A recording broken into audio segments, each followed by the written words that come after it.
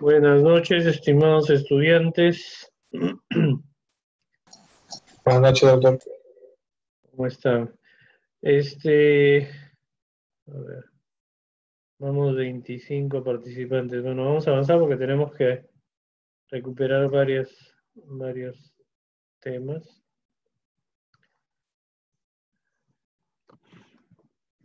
Vamos a ir avanzando con la sesión de hoy día, que va a tener una parte teórica y una parte práctica, ¿ok?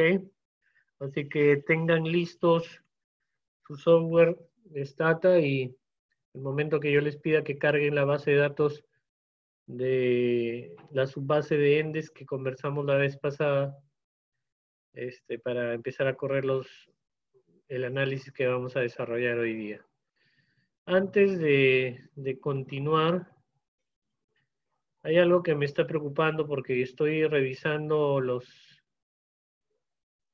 exámenes parciales y en el aula virtual solamente hay 21 archivos subidos. Supongo que son 21 nada más, porque yo tengo 40 correos de confirmación del examen. A ver. ¿Hay alguno de ustedes que no haya subido su archivo de bitácora, su archivo .log? Doctor, buenas noches. Yo tuve problemas con el internet y lo envié tarde. Lo envié 2 minutos tarde, así que no sé si le haya llegado o no. Tú lo enviaste por correo, ¿verdad? No, yo lo envié por la plataforma de la universidad. ¿Cómo te apellidas tú? Dávila Uriarte. Dávila Uriarte. A ver.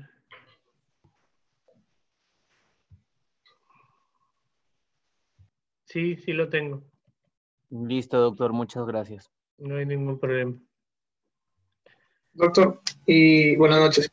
En todo caso, ¿cree usted que puede decir aquellos apellidos que falten, o bueno, nombres que falten? Doctor, buenas noches. ¿Podría dictar los apellidos de los archivos que han enviado a tiempo y a la vez con hora de retraso, por favor, para ver quiénes faltan? Miren, yo tengo solamente de Villarreal, Sullón, López, Velázquez, Tarrillo, Muñoz, Vázquez, Sandoval, Torres, Altamirano, Oliva, Rojas, Rojas, Ruiz, Calderón, Pérez, Jesús, Verona, Gómez, Toscanelli, Vega, Arévalo, Mírez, Pérez, Cueva, Ortega, Mundaca, Zúñiga, Deza, Miranda, Dávila, Uriarte, Rojas, Avellaneda, Salazar, Sáenz y Llanos, Fernández. El problema es que hay 2 archivos de esos 21 que me han mandado el do file, que dice examen parcial do, y otro que me ha mandado la base de datos, dice examen parcial.dta. Esos 2 no cuentan. Y el archivo de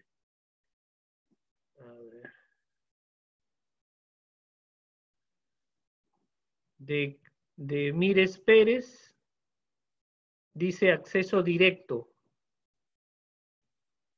Y supongo que es un acceso directo, no tengo datos de...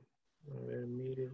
Doctor, bueno, yo le he mandado con retraso mi archivo de examen, pero acabo de volver a revisar en el campus virtual y sale de que sí entregué, o sea, sí está como archivo enviado. Por eso no sé por qué no está mi apellido, porque lo he guardado el archivo con el nombre completo, _ parcial log.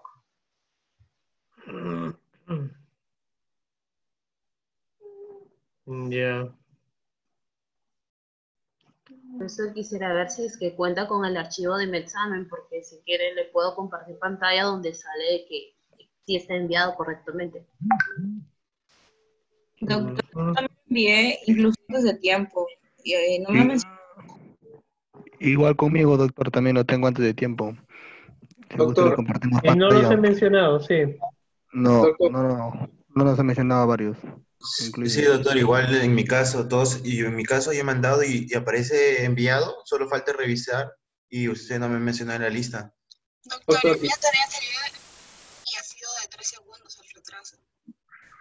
¿Perdón? Yo también he enviado mi archivo y no he mencionado mi nombre y hay un retraso solamente de 3 segundos. Sale enviado. Yo le envié a vuelta con 1 minuto y medio antes. doctor, y otra cosa, hay un correo confirmatorio siempre en nuestro correo institucional. Y Sí, aparece sí. Sí, exacto, doctor. Y sí, en mi caso sí ha llegado el correo de Yo haber he enviado recibido la todos los bitácora. correos, solo que no están en el campus. Bueno, voy a volver a revisar el campus. A ver, actualice, pues, doctor. Doctor, y si hubiera complicaciones con la entrega del archivo del examen, entonces hay que volver a descargarlo las personas que enviaron y A subirlo a ver, un drive para miren, que miren, pueda miren, cálmense, poder cálmense. observarlo. No se estresen, miren. Lo que podemos hacer es que como ustedes ya enviaron el archivo y lo tienen en su computadora y no lo han tocado desde el examen, el archivo cuando está guardado tiene fecha de última modificación y la fecha debe decir que ha sido el día del examen a la hora del examen. ¿Estamos de Eso acuerdo? sí, en Muy el bien, log entonces, aparece cuando se apertura y cuando se cierra. exactamente. Entonces, los que no he mencionado en la lista, por favor, envíenmelo al correo, el archivo log con su nombre. Por favor, no alteren nada del blog de notas, porque a mí me interesa ver la fecha de modificación, la última modificación del archivo. ¿Ya? Doctor, ¿puede poner en el chat, por favor, su correo? Al institucional, pues. Ah, ya, ok. Penas@cmp, creo que es.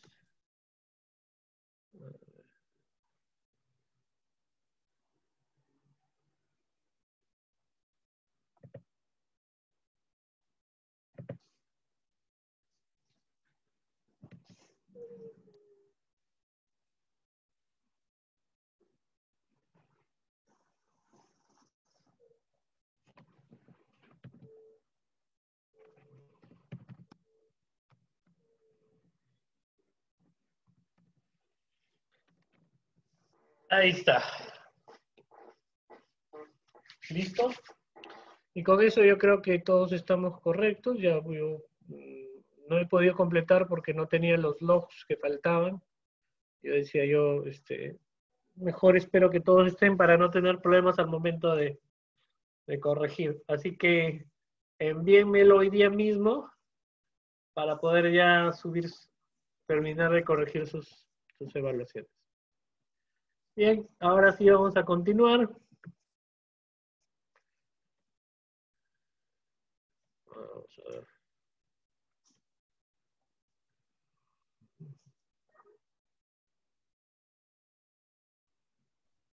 Doctor, una pregunta. ¿El Sí. parcial es el jueves? Bueno, el final. ¿Cómo? Porque hasta donde yo tengo entendido y me han hecho llegar un cronograma, el parcial de software es el jueves. Sí, porque las clases son hasta mañana nada más. Entonces va a venir este tema y Este cuál más. tema y lo de mañana, así es. Ah, ya, excelente. Sí, porque estos dos temas son los más complejos, así que vamos a tomarnos algo de tiempo hoy día. Ya, listo, doctor, gracias. Muy bien. Muy bien, empezamos con la clase de hoy día.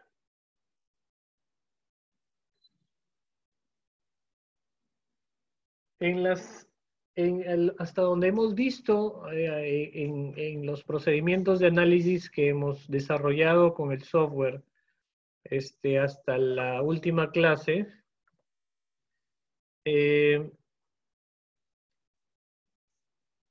lo que hacíamos es presentar los resultados de las variables que estábamos estudiando una por una. Hemos visto cuando hemos, por decir, descrito variables numéricas Hemos utilizado comandos como el summarize en Stata para poder calcular medias, desviación estándar y rangos de la variable numérica. También hemos podido calcular, por ejemplo, con el summarize y la opción detalle, además de la media, desviación estándar, algunos percentiles, de los cuales podemos extraer el intervalo intercuartílico, la mediana, el sesgo, la kurtosis, y algunas otras medidas, ¿no? Lo importante con esto es que podemos nosotros resumir las variables numéricas y poder presentarlas en los resultados de una investigación.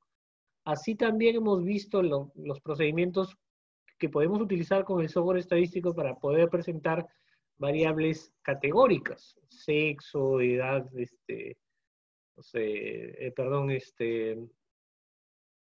severidad de la enfermedad en categorías, qué sé yo, tantas variables que se pueden medir de forma nominal u ordinal, pero que están separadas en categorías. Ese tipo de variables se pueden tabular, o sea, generar tablas donde se coloquen las categorías de la respuesta de la variable y las frecuencias absolutas y las frecuencias relativas. Y también hay frecuencias acumuladas, ¿no? Entonces, esto nos permite hacer un resumen de las frecuencias absolutas y relativas de estas variables para poder presentarlas en los resultados. Entonces, es importante saber que con estas herramientas ya podemos nosotros, ya podemos presentar los resultados descriptivos de un estudio. Además, empezamos con la fase inicial de el análisis bivariado. Cuando nosotros buscamos explorar asociaciones y poder identificar si es que existen o no, nada más. O sea, saber si hay o no hay asociación entre una o más variables independientes y nuestra variable dependiente o variables dependientes del estudio, podemos utilizar pruebas estadísticas de contraste de hipótesis, ¿no? Y los contrastes de hipótesis depende de qué variables estamos combinando o contrastando.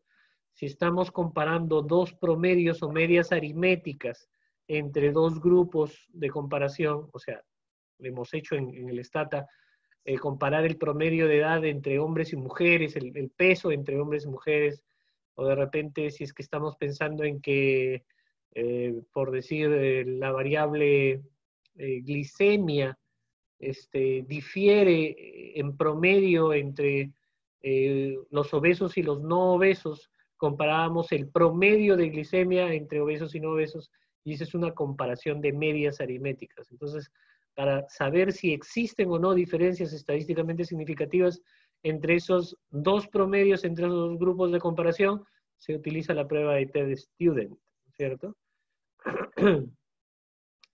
Para otro tipo de comparaciones, habíamos dicho que cuando se comparan igual promedios de una variable numérica en más de dos grupos, o sea, ahí ya no puedes comparar de a dos, si no estás comparando en tres grupos.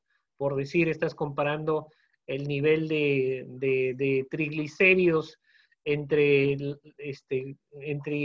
las categorías de índice de masa corporal en personas con peso normal, sobrepeso y obesidad. Son tres categorías. Estarías comparando tres promedios, ¿no? O tres medias. Cuando se hace una comparación simultánea de más de dos grupos de una variable numérica, entonces se utiliza la prueba de análisis de la varianza, o ANOVA por sus siglas en inglés. Entonces, ya hemos visto cómo se calcula ANOVA, cuál es el estadístico de prueba, que es la prueba F, cómo se interpreta el valor P y qué significa cuando tenemos un P estadísticamente significativo o un P menor de 0.05. Y además, si es que queremos hacer una comparación pareada de estos más de dos grupos, ya hemos explicado que se utiliza una prueba de comparación post-hoc que se llama la prueba postdoc de Bonferroni, que en el caso que hemos hecho en el ejemplo en Stata. También hay otras pruebas como la de Tukey y la de Sheffi, pero la que hemos practicado con el software en las prácticas, valga la redundancia, es esta prueba de Bonferroni. Muy bien, entonces ya hemos visto ese tipo de comparaciones que nos permiten responder si es que existe o no existe. Nos interesa saber si hay o no hay asociación. Pero este tipo de pruebas no nos dicen, perdón, me faltaba. Y cuando comparas dos variables categóricas, la prueba estadística que se utiliza es chi cuadrado. Eso ya lo sabemos. ¿Y cómo se hace en Stata? Se hace un tabulate entre dos variables y se compara utilizando los porcentajes por columnas o por filas, de acuerdo a lo que estamos, ¿cómo se llama?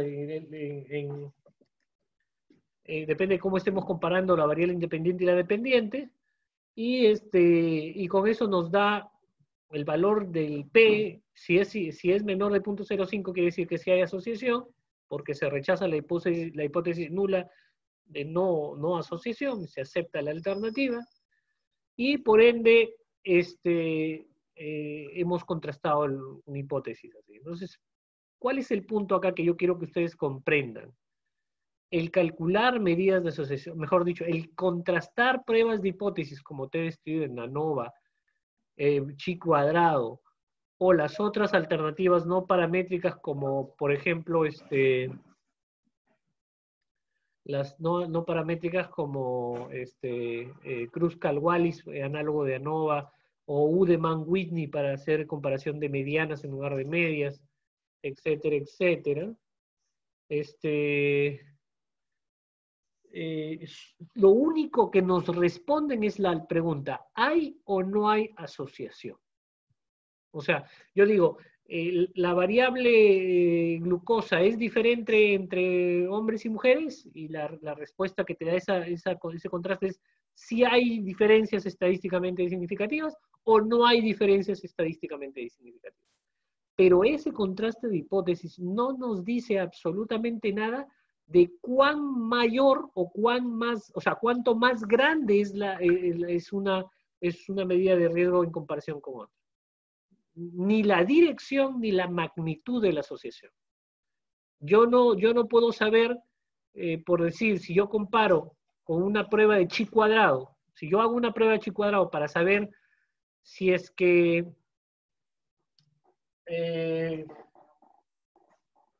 el consumo de bebidas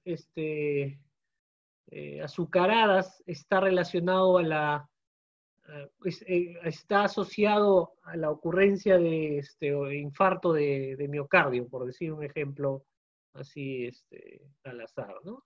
Entonces, si yo digo, yo hago un test de chi cuadrado para comparar estas dos variables categóricas y yo encuentro un P significativo, o sea, un P menor de 0.05, y digo que sí hay asociación, esa lectura de la prueba estadística no me dice absolutamente nada de cuánto más riesgo tiene la persona que consume bebidas azucaradas para el desenlace en este caso es el infarto. No me dice absolutamente nada en el sentido de cuánto más riesgo tiene comparado con el que no bebe. Entonces, ¿cómo es que yo puedo calcular ese exceso de riesgo para yo poder concluir que, por decir, una persona que fuma tiene 4 o 5 veces más riesgo de morir por cáncer de pulmón, por decir así? Entonces, esa cuantificación de cuánto riesgo más o cuál es el exceso del riesgo o el exceso de la posibilidad, que ya lo vamos a ver a continuación, eso se realiza mediante el cálculo de medidas de asociación. Entonces, si ustedes están haciendo un estudio analítico, necesariamente buscan calcular medidas de asociación. No solamente contrastar hipótesis para saber si hay o no hay asociación. No, ustedes quieren ir más allá, quieren saber cuánto más riesgo les otorga cierta cualidad o no. Entonces, esa es la esencia de la investigación en salud pública y la investigación biomédica en general. Es lo mismo que decir, si yo le doy al paciente un medicamento, cuánto más probabilidad tiene de sanar o de curarse o de no morir teniendo una enfermedad. O sea, esas diferencias o excesos de probabilidades, sea de un resultado malo, como es una enfermedad o el fallecimiento, o sea de un resultado bueno, como sería el curarse o el no fallecer, eso se calcula a través de medidas de asociación.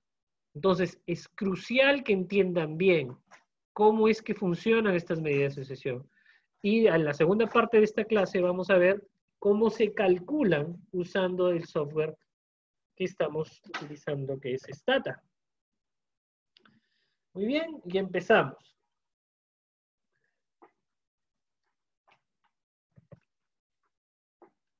La causalidad en epidemiología y salud pública. Ahora, esto de causalidad es un concepto muy, muy difícil de probar, ¿ya? Pero, ¿por qué es importante acercarse o aproximarse por lo menos a una causa? Cuando identificamos causas, podemos implementar medidas de prevención, podemos promover acción social, podemos conocer el mecanismo que produce la enfermedad.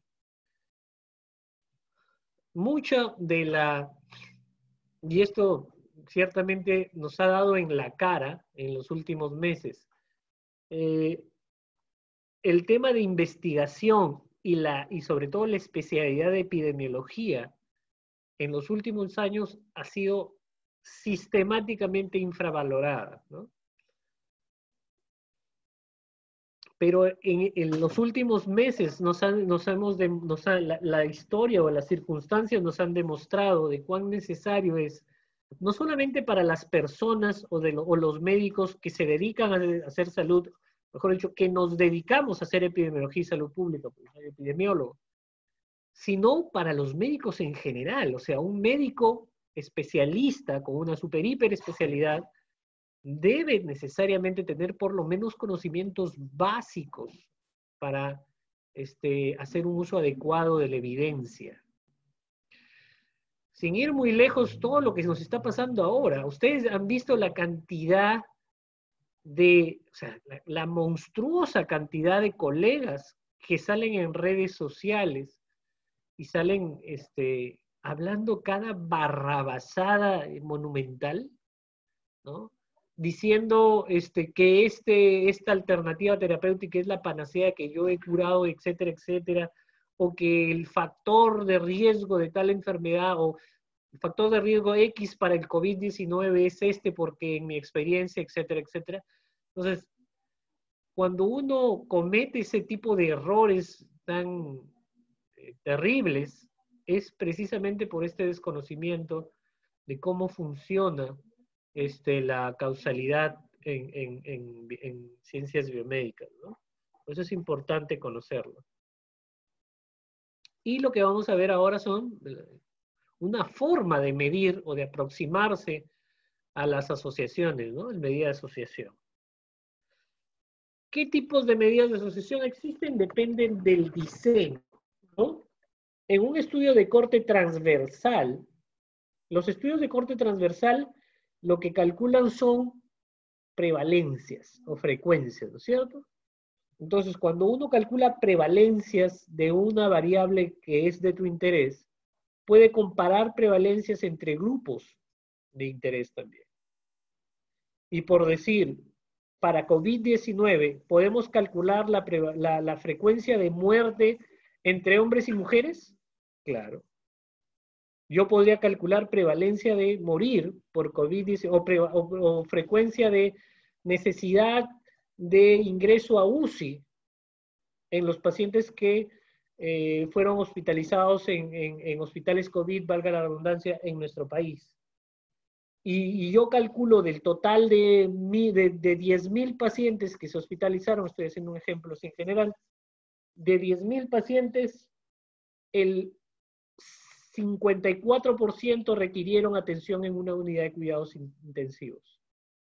Entonces, yo he calculado la prevalencia de necesidad de requerir cuidados intensivos en este grupo de pacientes, ¿no es así? Ahora, si yo puedo hacer un subanálisis y separar esa frecuencia entre hombres y mujeres Yo puedo calcular una frecuencia de necesidad de atención en UCI para hombres y para mujeres. Y si yo calculo la razón, el ratio o un cociente entre esos dos, yo puedo estimar el exceso de riesgo que representa, por ejemplo, en el caso de COVID, para los hombres. Si yo tengo que la frecuencia de atención de cuidados intensivos en hombres nada más representaba el 60%, y la atención de cuidados intensivos en las mujeres representaba el 30%. Yo calculo la razón de 60 entre 30, y la razón es 2. O sea, porque 60 entre 30 es 2. Entonces yo puedo decir que los hombres tienen 2 veces el riesgo de morir, perdón, el riesgo de necesitar atención de cuidados intensivos comparado con las mujeres. Entonces, esa comparación, esa razón, ese ratio que uno calcula, permite tener una idea numérica de cuál es el exceso por determinadas características de la población. Eso permite medir el exceso de riesgo o de frecuencia para determinados factores. Entonces, dependiendo del diseño, habíamos dicho, si yo estoy haciendo un estudio transversal, puedo hacer lo que les he explicado, el ejemplo que les he hecho, es una razón de prevalencias, porque es una razón de proporciones. Si es un estudio de casos y controles, el estudio de casos y controles es un caso bien particular. Y eso de repente algunos de ustedes que ya han llevado estudios de metodología de la investigación van a recordar. Los estudios de casos y controles se diseñaron, lo vamos a ver después, específicamente para enfermedades de poca frecuencia, y lo vamos a explicar después. Para el estudio de cohortes uno puede calcular incidencias, entonces puede comparar incidencias, y la comparación de incidencia se llama riesgo relativo. Y a veces, nosotros no solamente tenemos al calcular, al realizar estudios de cohortes, no solamente tenemos el dato de la frecuencia de la variable dependiente acumulada durante todo el periodo de seguimiento, sino también tenemos la lectura del tiempo.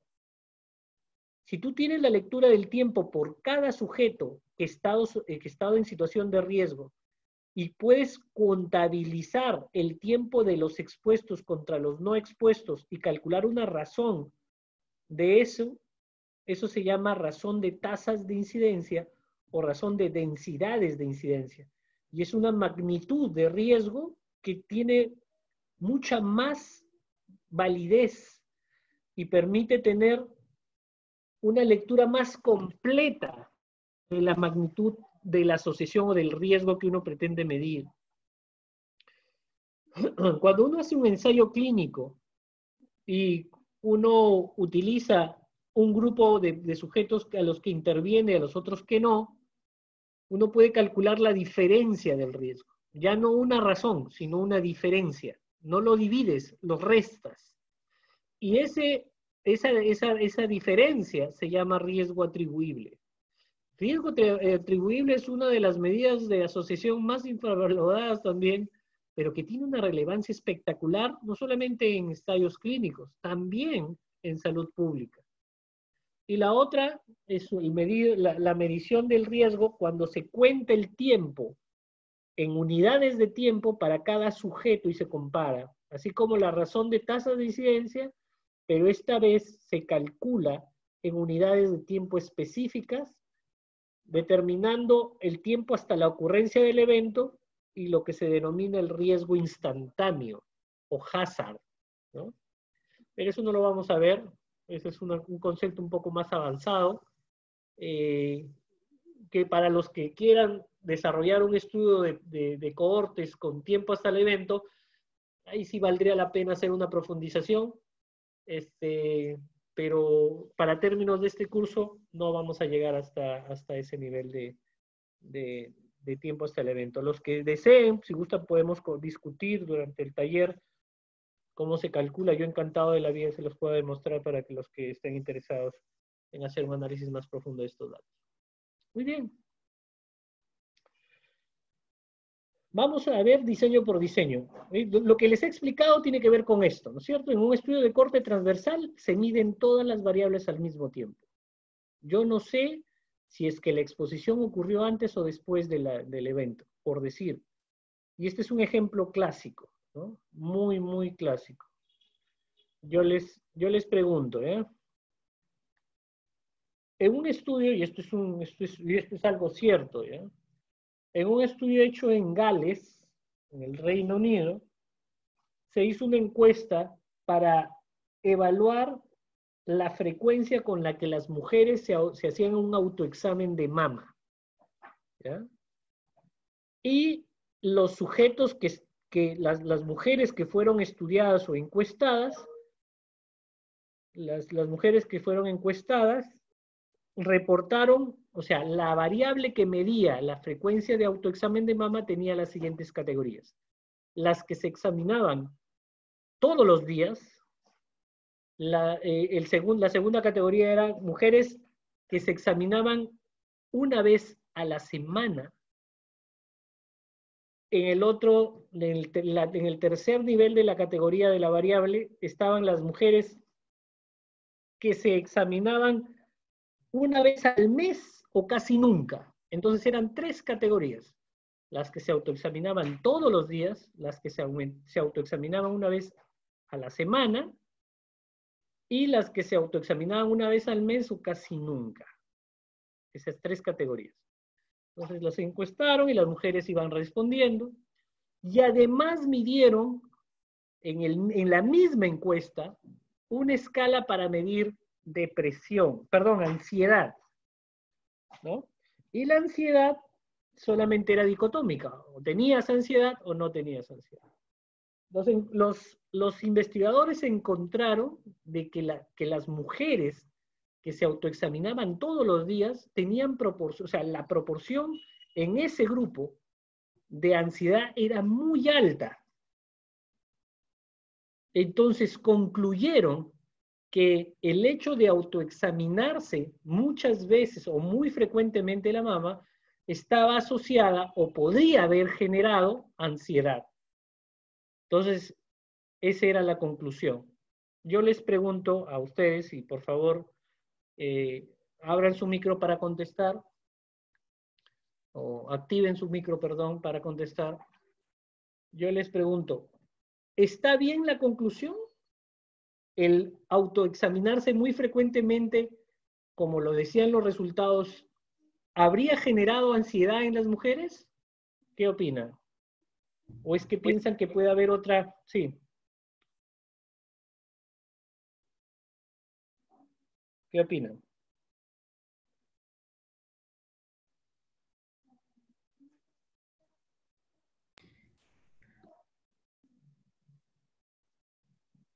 Doctor, Sí.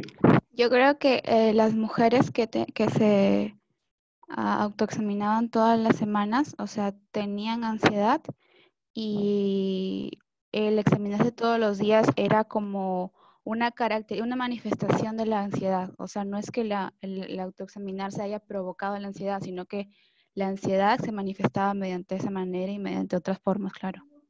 Exactamente, muy bien.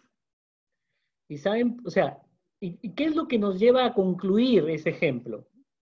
Que cuando tú haces un estudio transversal, en la misma encuesta, o sea, en el mismo momento, estás midiendo las 2 variables.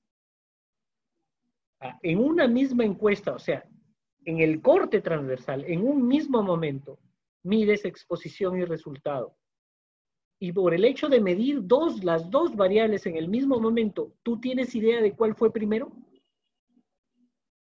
De ninguna forma. Porque no puedes saber cuál ocurrió primero y cuál después. Salvo sean variables constitucionales. O sea, sexo, edad, eso pues tú naciste con sexo. Entonces, eso tiene que ver con un estado ya. Pero variables que tienen que ver con procesos que ocurren en el tiempo, y tú mides en un estudio transversal la variable, tú no puedes tener idea cuál fue primero y cuál después. Y el riesgo que corres es, como bien lo ha manifestado su compañera en la respuesta muy bien respondida, es que corres el riesgo de incurrir en lo que se denomina causalidad reversa. La causalidad reversa es pensar que tú tienes un patrón de causalidad cuando no lo puedes probar de forma alguna por el diseño que estás usando. Un diseño transversal jamás te va a permitir establecer una asociación causal. Nunca. Ni tampoco un casos y controles, ni tampoco una cohorte. En el mejor de los casos, una cohorte te puede aproximar a una asociación causal cuando tengas una excelente cuantificación de todos los posibles factores de confusión, que vamos a hablar de eso después, que pueden entorpecer la cuantificación de la asociación. Muy bien, entonces, dicho esto, creo que ya se entendió el tema del corte transversal, que el pequeño detalle, o el pequeño gran detalle, de un estudio de corte transversal es que se miden todas las variables en un mismo momento. Entonces no puedes saber tú cuál fue primero y cuál después. Pero igual permiten calcular prevalencias poblacionales o frecuencias de una variable de interés. ¿Se pueden comparar? Claro. ¿Y generar prevalencias de dos grupos o más? Sí. Por costumbre se utilizan los odds ratios para calcular las medidas de asociación. Pero, ya vamos, bueno, eso lo podríamos hablar al final de la explicación, el odds ratio tiende a sobreestimar una asociación cuando la frecuencia de la variable dependiente es muy alta, generalmente por encima de 10%. Muy bien. El otro dato es que la razón de chances o odds ratio es una aproximación, ya lo dijimos, ¿no? Sobreestimada de la razón de frecuencia. Se aleja de la hipótesis libre. Eso lo vamos a ver mejor con el estándar. Y ese es el gráfico de los estudios analíticos transversales, ¿no? Se miden todos los factores en la misma línea de tiempo. Todo se mide a la vez. Los estudios de casos y controles, para comentarles lo que habíamos hablado en un momento, ¿no? Los estudios de casos y controles se diseñaron para medir variables infrecuentes o enfermedades infrecuentes. Yo les pregunto, si yo quiero hacer un estudio para saber si un factor, una característica, constituye factor de riesgo a una enfermedad, por decir, hábito de tabaco y cáncer de pulmón, el clásico ejemplo, ¿no es cierto? Perdón, vamos a hacer una cosa más explícita. Digamos que yo quiero,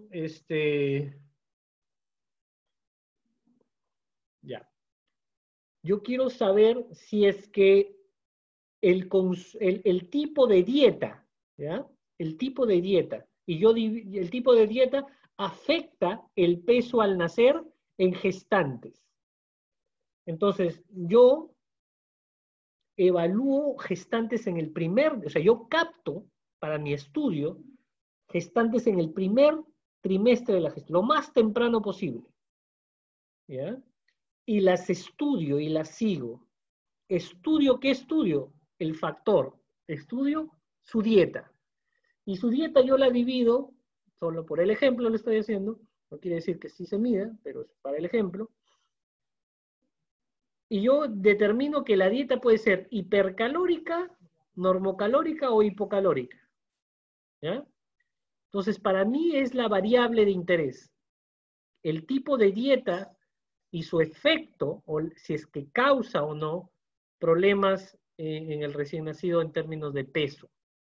Entonces, yo hago un seguimiento durante los 9 meses de la gestación. No es un estudio que vaya a durar más de 9 meses, porque voy a tener gestantes en el primer trimestre, incluso menos, y voy a tener los resultados finales del seguimiento al momento del parto, porque mi outcome o variable dependiente final es el peso al nacer. Entonces, esa es una cohorte. ¿Por qué? Porque la variable independiente, que es tipo de dieta, se mide antes, se mide previo, o sea, en el inicio del estudio, vas midiéndola en el tiempo.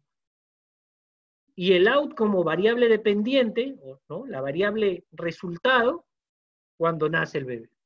O sea, esa es una perfecta cohorte, porque empiezas midiendo primero la independiente y luego mides la dependiente. Ahora, veamos este mismo ejemplo. Yo quisiera saber si la circuncisión es un factor protector para el desarrollo de cáncer de pene. ¿Cómo lo haría yo como una cohorte? Tendría que seguir a niñitos que han sido circuncidados y los comparo con niños no circuncidados. O sea, ahí empieza mi estudio, captando bebitos o niños, ¿no? Uno lo circuncida y otro no lo circuncida. Y los sigo en el tiempo y veo cuántos desarrollan cáncer de pene entre los circuncidados. O sea, vale decir, calculo la incidencia de cáncer de pene entre los circuncidados y lo comparo con la incidencia de cáncer de pene en los no circuncidados. Ahora, yo les pregunto, ¿a qué edad se supone que ocurre el cáncer de pene? ¿En la adolescencia? No. ¿En la etapa adulta joven? Ese es tardía. Entonces, ¿imaginan cuántos pacientes en cuánto tiempo me voy a demorar en hacer ese estudio? Y para colmo, ¿ustedes tienen una idea de cuál es la frecuencia de cáncer de pene? Es un cáncer muy raro. ¿Se imaginan cuántos niños yo tendría que captar, circuncidados y no circuncidados, para poder encontrar diferencias? Es un estudio monumental, o sea, tendría que hacerse un estudio poblacional. Literalmente es algo que inmanejable.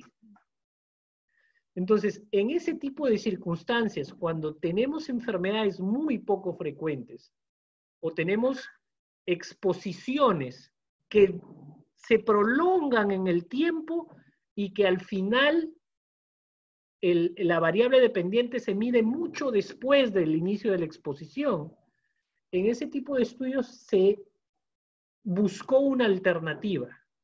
Y esa alternativa fueron los estudios casos y controles. ¿En qué consisten los estudios casos y controles? Como la enfermedad es tan poco frecuente, es muy poco frecuente, o sea, tendrías que tener muestras poblacionales para detectar los enfermos, para encontrar los enfermos.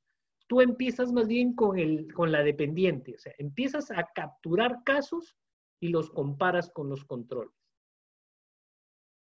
Entonces, el estudio empieza con la variable dependiente, más bien, es al revés, de adelante hacia atrás. Entonces, tú buscas a adultos mayores con cáncer de pene y vas juntándolos en el tiempo y los comparas con un grupo de la misma edad o con personas comparables que no tengan cáncer de pene. Y les pregunta, señor, ¿usted fue circuncidado o no?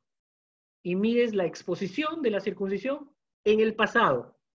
Y eso es objetivo, ¿no? Eso se puede verificar. Y ese tipo de estudios que va de adelante hacia atrás se llaman casos y controles. Y es precisamente por el hecho de esas dos razones. La principal, porque la enfermedad es muy rara. Y para detectarla como caso incidente sería muy difícil. Entonces tú buscas hospitales especializados donde lleguen referidos pacientes con esa enfermedad rara y ya los puedes hacer estudio casos y controles. Y la segunda razón es porque el tiempo de exposición es a veces demasiado largo. Entonces, esa es la alternativa. Ahora, ¿cuál es el problema del estudio de casos y controles? Y acá quiero que ustedes entiendan bien, algo bien. Yo creo que algunos de ustedes probablemente sepan cuál es la diferencia entre incidencia y prevalencia, ¿verdad? La incidencia es el número de casos, nuevos sobre el total de la población. ¿Qué quiere decir esto? Que la incidencia mide la ocurrencia de enfermedad. O sea, de un total de grupo de personas que va siguiendo en el tiempo, ¿cuántos pasan del estado sano a enfermo? ¿Cuántos se enferman? A los casos que tú detectas de sano a enfermo, o sea, los que detectas al enfermarse, en el momento de enfermarse, a esos casos se les llaman casos incidentes. Pero cuando tú no sabes, no tienes forma de saber cuándo empezó la enfermedad y solamente detectas en el momento cuántos están enfermos. No puedes saber cuándo empezó. Esos son casos prevalentes. Cuando tú haces un estudio de casos y controles, ¿los que detectas son casos prevalentes o incidentes?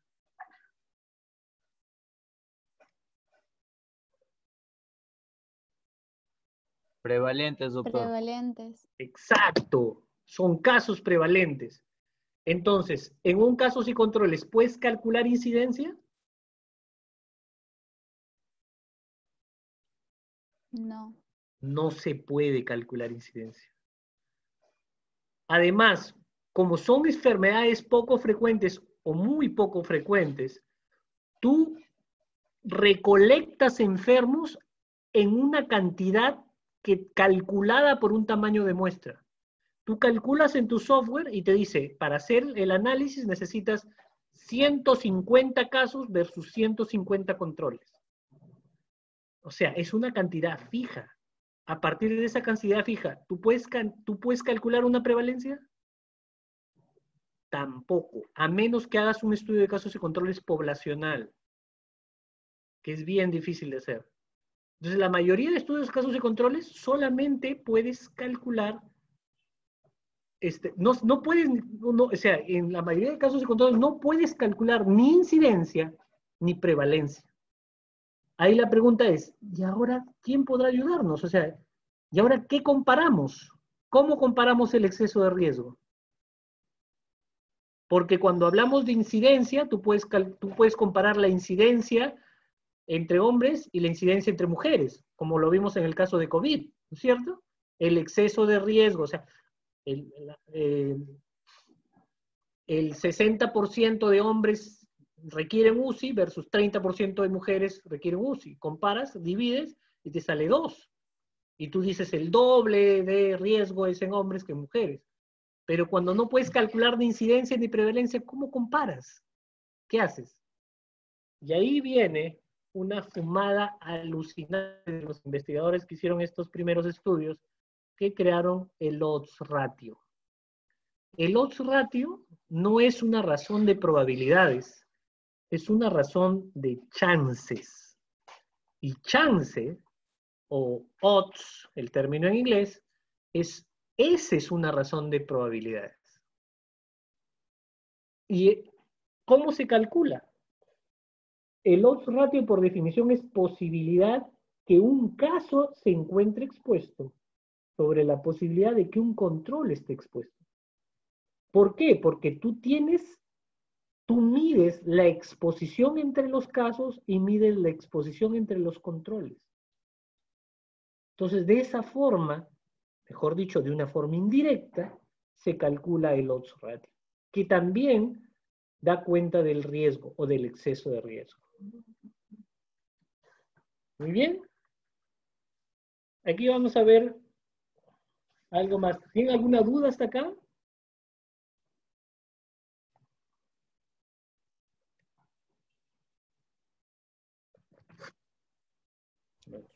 Todo bien, doctor. Genial. Entonces, revisamos los diseños de estudio de cohorte. Bueno, el estudio de cohorte ya lo dijimos, ¿no? Tú empiezas con una población y tienes un grupo de expuestos y un grupo de no expuestos. Y mides y lo sigues.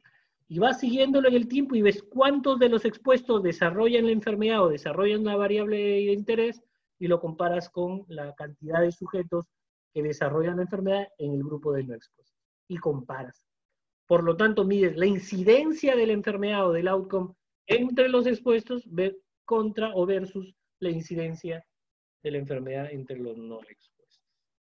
¿Y cómo se calcula? Está simplísimo, ¿no? Muy bien. Dicen, el OR y el RR, o el odds ratio y el riesgo relativo, son medidas que permiten hacer inferencias sobre estas. O sea, uno puede calcular probabilísticamente, hacer inferencia puntual del parámetro que esperas generalizar a la población ideal, o a la población objetivo, mejor dicho. Cuando se puede evaluar mediante una función estadística. Entonces lo vamos a ver en el Stata con más tranquilidad. Las medidas de asociación más sólidas se calculan utilizando la incidencia. Por eso dijimos que el riesgo relativo es una mejor medida. Pero también se pueden utilizar comparaciones con los odds, o los odds ratios. Pero los odds ratios son una buena aproximación del riesgo relativo cuando la enfermedad o la variable dependiente que se está midiendo es poco frecuente. ¿Ya? Es poco frecuente. ¿Y cómo se interpreta? Cuando el riesgo relativo o el odds ratio es menor de 1, significa que los sujetos expuestos al factor tienen menos riesgo que contra los que se comparan, ¿no? El riesgo relativo o odds ratio igual a 1 significa que no hay asociación, porque el riesgo es igual en ambos, en numerador y denominador. Y cuando el riesgo relativo es mayor a 1, quiere decir que hay un exceso de riesgo, ¿cierto? Que los que están en el numerador tienen más riesgo que los del denominador.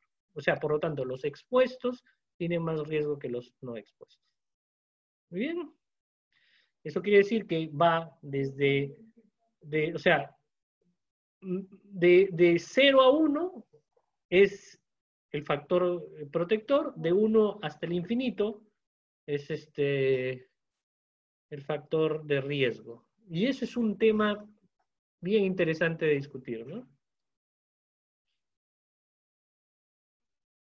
Ahora, vean, existen amenazas en la validez cuando uno estudia, cuando hace investigaciones. Y por eso siempre hay que tener mucho juicio crítico. Miren, esto de las amenazas a la validez es por las que uno, a veces un profano en investigación hace afirmaciones antojadizas como las que hemos escuchado en cantidades industriales en esta pandemia, ¿no?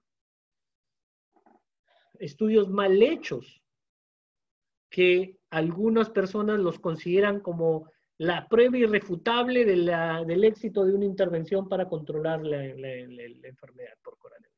Entonces, ese es un ejemplo clásico. ¿Cuáles son las amenazas de la validez? La falta de precisión, la falta de validez interna. La validez interna tiene que ver con la forma como miden las variables de interés. La causalidad reversa, que ya hablamos. Y la falta de validez externa, que tiene que ver con la capacidad de inferir los resultados a tu población. Ahí están todos los lugares o los momentos, ¿no? ¿No? Desde la relación causal hasta los datos observados. Tú aspiras a conocer esto que está en la verdad, en lo que ocurre en el mundo, pero estos son tus datos. Entonces, entre la realidad y tus datos hay un camino largo, ¿no? Entre la verdad y la realidad y los valores verdaderos para la población puede haber confusión. Y entre los valores de la población y tu muestra puede haber errores al momento de seleccionar tus sujetos. Eso es un sesgo de selección.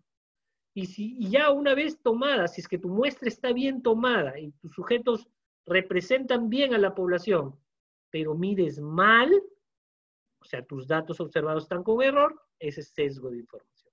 Entonces la línea, el continuo entre la realidad y los datos. Entonces, estos son los posibles momentos a nivel de los que pueden ocurrir los errores en la investigación. Y precisamente hemos sido testigos en esta pandemia que estos saltos de potenciales errores literalmente se han pasado por alto.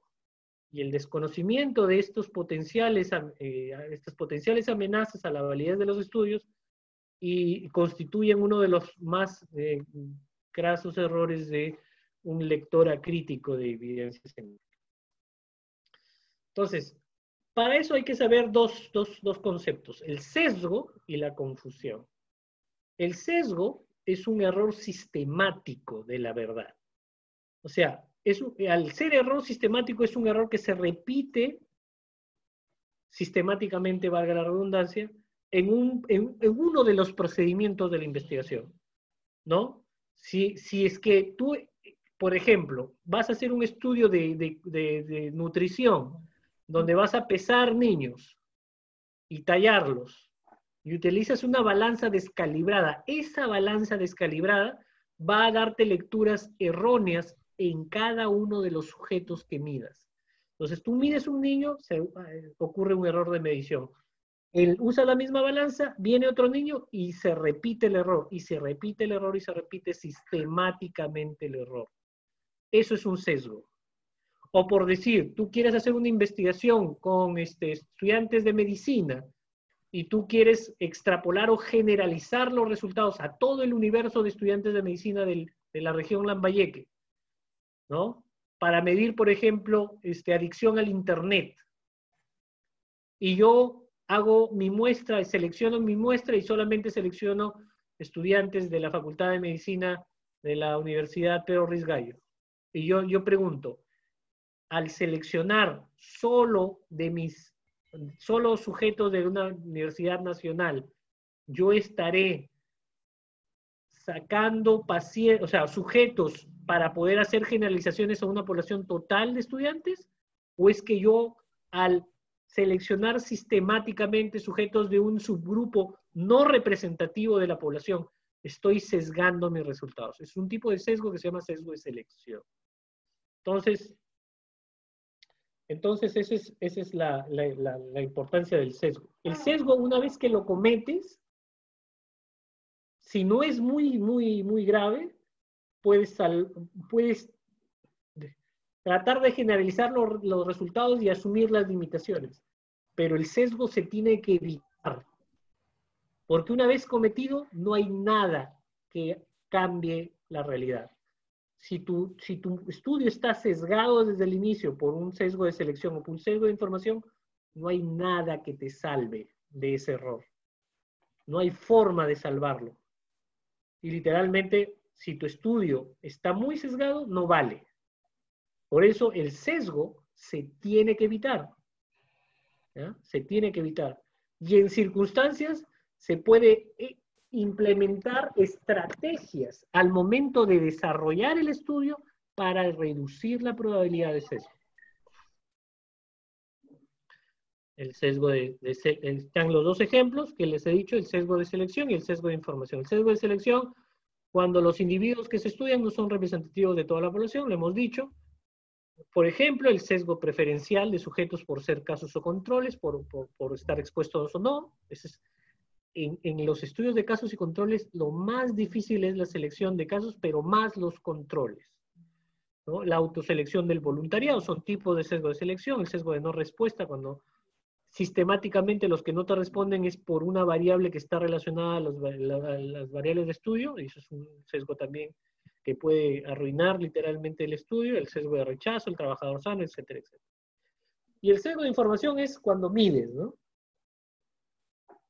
El sesgo de reporte o sesgo de recuerdo, el sesgo del observador, o el sesgo del seguimiento también, ¿no? Entonces, todo ese tipo de sesgos hay que controlarlos. ¿Por qué? Porque hay que evitar incurrir en ellos, porque literalmente invalidan los resultados. Y el último fenómeno es la confusión, ¿no? Que es, por definición, ocurre cuando la asociación entre una exposición de enfermedad bajo estudio es distorsionada por un efecto de un tercer factor o de otro factor, ¿no? El tercer factor se llama confusor y debe estar asociado al factor de exposición y al resultado. Entonces, esto puede sonar a chino mandarín, y probablemente ustedes no lo hayan entendido, pero con esto lo van a entender mejor.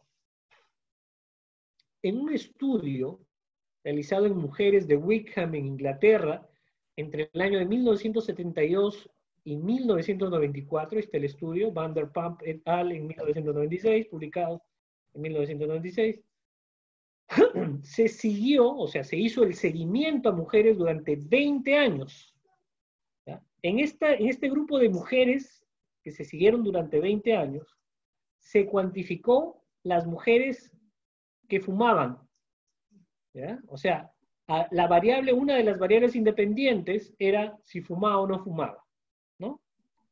Entonces, y entre las que fumaban y no fumaban, midieron como resultado, como variable dependiente, quiénes murieron o cuántas murieron y cuántas murieron en ambos grupos. Cuántos murieron entre las que fumaban y cuántos murieron entre las que no fumaban. Por lo tanto, la variable dependiente o evento, o la variable dependiente, es la muerte, exacto, muy bien, y el no evento, o mejor dicho, la variable independiente o variable de exposición, era fumar o no fumar.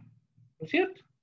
La variable independiente era fumar o no fumar. El evento era muerte o estar vivo al final del estudio. ¿Entendió? ¿No es cierto?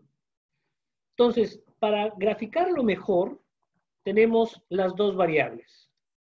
Fumar y muerte. Yo quiero saber si el fumar aumenta o disminuye el riesgo de muerte. Eso es lo que yo quiero saber. Medir la asociación entre fumar y muerte. Esta asociación es la que yo busco. Cuantificar. Vean los resultados. Estos son los resultados del estudio. Los expuestos, o sea, fumadores versus no fumadores. Casos muertos y no casos, o sea, vivos al final del estudio. Estamos hablando de mujeres, ¿no es cierto? Y vean ustedes el riesgo. El risk ratio, o sea, el riesgo relativo, era 0.76. ¿Cómo se interpreta esto? ¿Alguien me puede decir?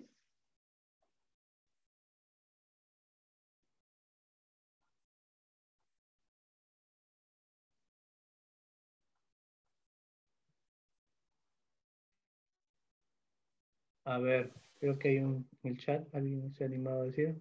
Si no se me iban a hablar, pónganlo en el chat. A ver, pues. ¿Puedo ver el chat? Ahí está. Exacto, que es un factor protector, así es, Franco. Es un factor protector. ¿Y cómo se interpreta? Miren, 1 menos 0.76 es 0.24, o sea, 24, ¿no es cierto? Entonces la interpretación sería más o menos así. Las mujeres que fuman tienen 24% menos probabilidad de morir comparado con las que no fuman. Entonces, y miren, el resultado es estadísticamente significativo, ¿eh? Miren el P, 0.0025. Conclusión, mujeres, échense a fumar. ¿No es cierto? ¿Qué opinan? ¿Qué puede estar fallando ahí?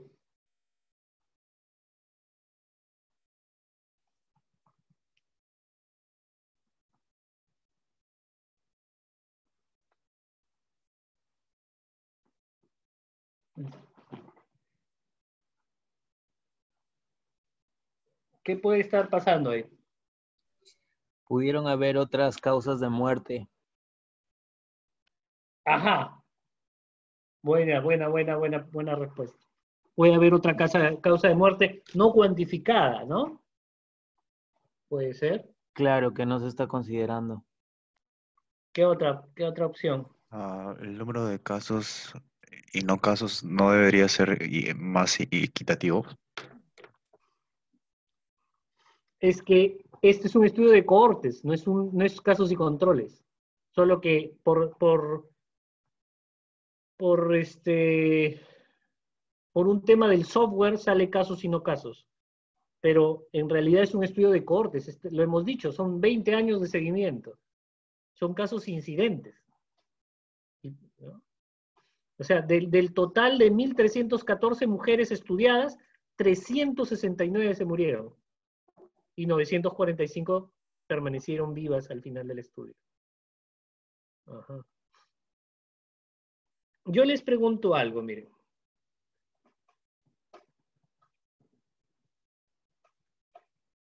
La edad en Inglaterra de los 70s se asociaba a fumar porque las mujeres muy jóvenes no fumaban mucho. La mujer recién, después de los 30 años, de ahí vamos a hablar del margen de error que nos refiere Diego, porque es interesante lo que menciona, pero vamos a hablarlo después. Miren, la edad está asociada a fumar, entonces sí se asociaba a fumar. Ahora creo que en los 80s, 90s, eso se perdió, ¿no? Porque ahora las más jóvenes incluso fuman más que las mayores. Pero entonces, en los años 70, las mujeres más jóvenes no eran mucho de fumar. Se fumaba a partir de los 30, por ahí, 40. Entonces, el fumar, la edad se asocia a fumar. ¿Sí? Ahora yo les pregunto, ¿la edad se asocia a muerte? Claro, pues porque mientras más edad tienes, más te acercas o más probabilidad tienes de fallecer. Y probablemente esto tenga que ver con las causas que no se registraron, que se estaban comentando uno de sus compañeros. Ah, la clase social también podría ser, doctor, porque creo que ahí los más ricos en ese tiempo eran los que fumaban más. Probablemente también, miren qué interesante, la clase social también podría estar relacionada a eso. ¿Y cuál es la idea? Y como he dicho en la definición, una variable es confusora, una variable se convierte en un confusor de una asociación cuando está asociada a la variable de exposición, en este caso fumar, y a la vez está asociada a la variable dependiente, en este caso muerte. Cuando hay una variable que se asocia a la exposición y a la independiente y a la independiente, a las dos, puede confundir la asociación. Y miren, esto es un análisis que se llama análisis estratificado de Mantel y Hansel. En este análisis se separó a todos los estudiados en 3 estratos de edades, de 18 a 44, de 45 a 64 y 64 a más. Y miren, el OR crudo, perdón, el riesgo relativo crudo era 0,68, pero el combinado ajustando por la edad era 1,35. ¿Qué quiere decir esto? Miren, si comparamos los ORs crudos y ajustados, o sea, este crudo y este ajustado, evidenciamos que la asociación se invierte, ¿ya? Se invierte, pero acá cambia la significancia, ¿no? Y miren, el fenómeno de inversión de la asociación se llama paradoja de Simpson. Y esto nos hace pensar de que puede ser un efecto confusor. Entonces, ¿cuál es la moraleja? En un estudio observacional pueden existir un montón de factores que pueden hacernos encontrar asociaciones, las denominadas asociaciones espurias. Todos los estudios observacionales son susceptibles de encontrar asociaciones espurias si no ajustamos por potenciales confusores. Entonces, cuando uno hace un estudio transversal y explora asociaciones y calculamos medidas de asociación bivariadas, solamente la independiente versus la dependiente, y concluimos alegremente de que son verdaderas asociaciones causales, lo que estamos haciendo es dispararnos al pie. Porque no tenemos todo el millón de universo de factores confusores que pueden alterar esa asociación. Y un ejemplo monumentalmente claro es lo que está pasando con las terapias para el COVID-19. Yo he atendido 400 pacientes. A los 400 yo les di el tratamiento con hidroxicloroquina. Y de esos 400, los 395 se curaron. Para empezar, ¿tuviste algo con qué comparar? ¿Comparaste con un grupo de los mismos pacientes a los que no les diste para poder calcular diferencias entre los dos grupos? Ya, y si lo hiciste, ¿consideraste potenciales confusores? ¿Consideraste el momento del inicio de la terapia? ¿Consideraste la situación constitucional de los pacientes? ¿Factores de riesgo que pueden alterar la respuesta al tratamiento? ¿Consideraste la dosis administrada, el momento de la administración? 25.000 variables que pueden darte esa falsa ilusión de que estás teniendo un maravilloso resultado. Eso es la forma de pensar de un profano en investigación que no tiene idea alguna de cómo se prueba una asociación causal y qué es lo que tiene que hacer para tener una lectura adecuada de los resultados. ¿Me dejo entender? Ese es el tema que ustedes deben de considerar al momento de leer críticamente la evidencia. Si es que no van a hacer investigación. Si es que van a hacer investigación, asegúrense de hacer lo correcto. Y todo cuanto esté, no, cuanto sea necesario para tener una lectura real, lo más real posible de lo que pretenden estudiar. Muy bien. Me parece que ya terminamos las diapositivas. Sí, vamos a pasar a la práctica. Preguntas y comentarios, por favor, antes de pasar a la práctica, para aclarar algunas cosas.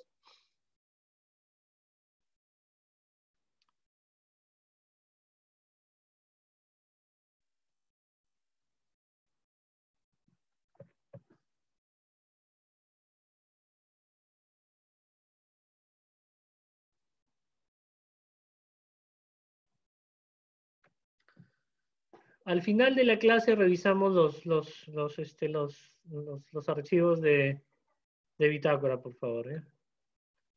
¿Alguna pregunta?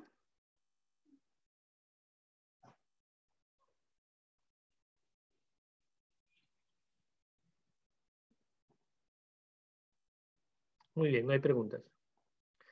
Pasemos a nuestro buen Stata.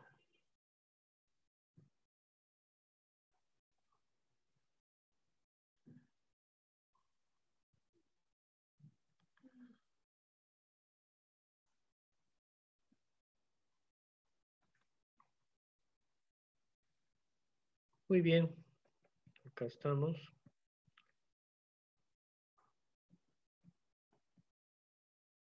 Listo. Muy bien, como todas las semanas de práctica, abrimos nuestro archivo log. Comenzar. Acá le ponemos medidas asociación. Cambiamos el formato a log. Y, perdón, estoy en otro archivo, en otra carpeta.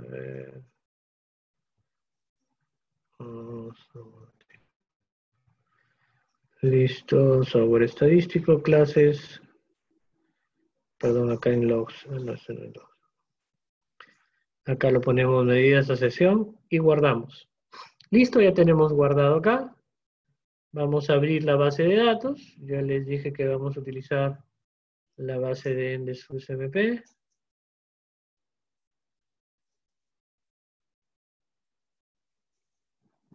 Acá está. Small nomás. Listo. Ya tenemos nuestra base de datos. Al final vamos a guardar todos los comandos en el do file, ¿ok? Listo. ¿Ya estamos?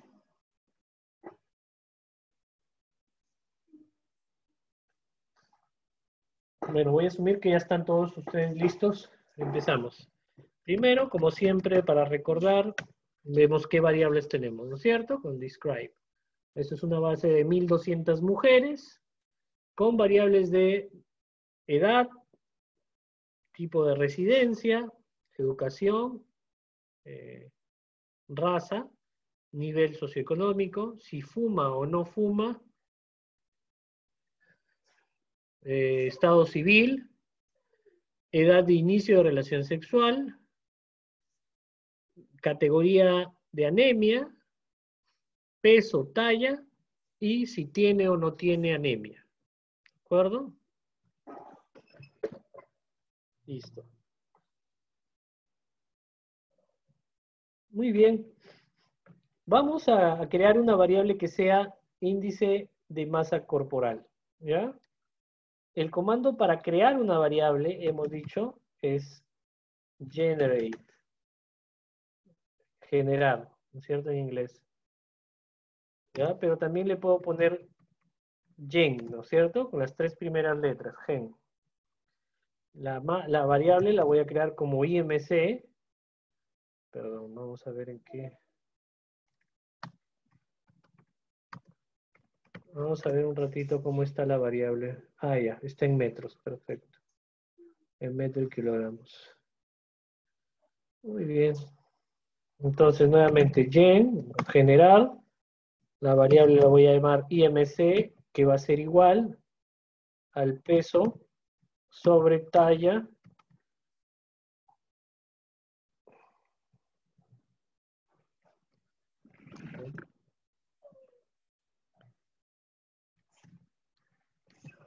al cuadrado.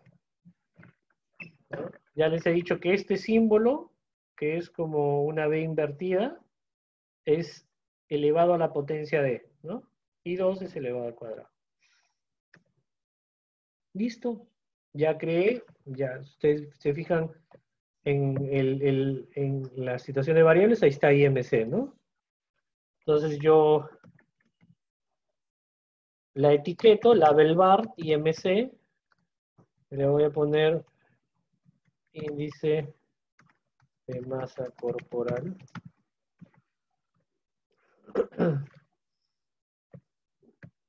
Ahí está. Y aparte de eso, yo voy a generar una nueva variable que va a ser IMC cat, que es en categorías, ¿ya? La voy a hacer que sea igualita a la variable IMC, o sea, voy a poner IMC cat igual IMC, para que vean cómo está. Así, ahí están las...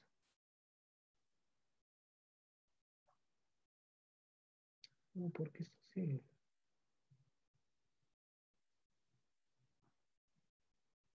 Porque está como decimales, ¿no? Bueno, vamos a convertir estas dos variables.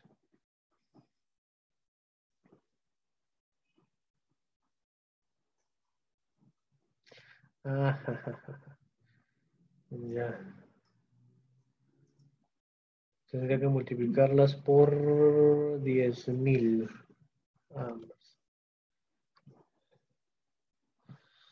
Vamos a crear una nueva variable IMC2 igual IMC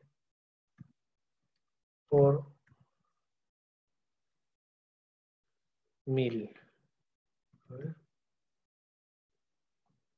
4, ¿no? Ya. Ahí.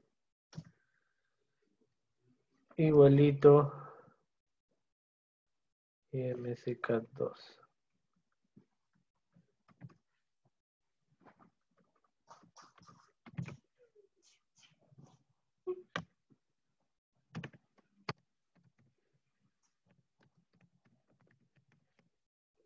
A ver, listo, ahí está.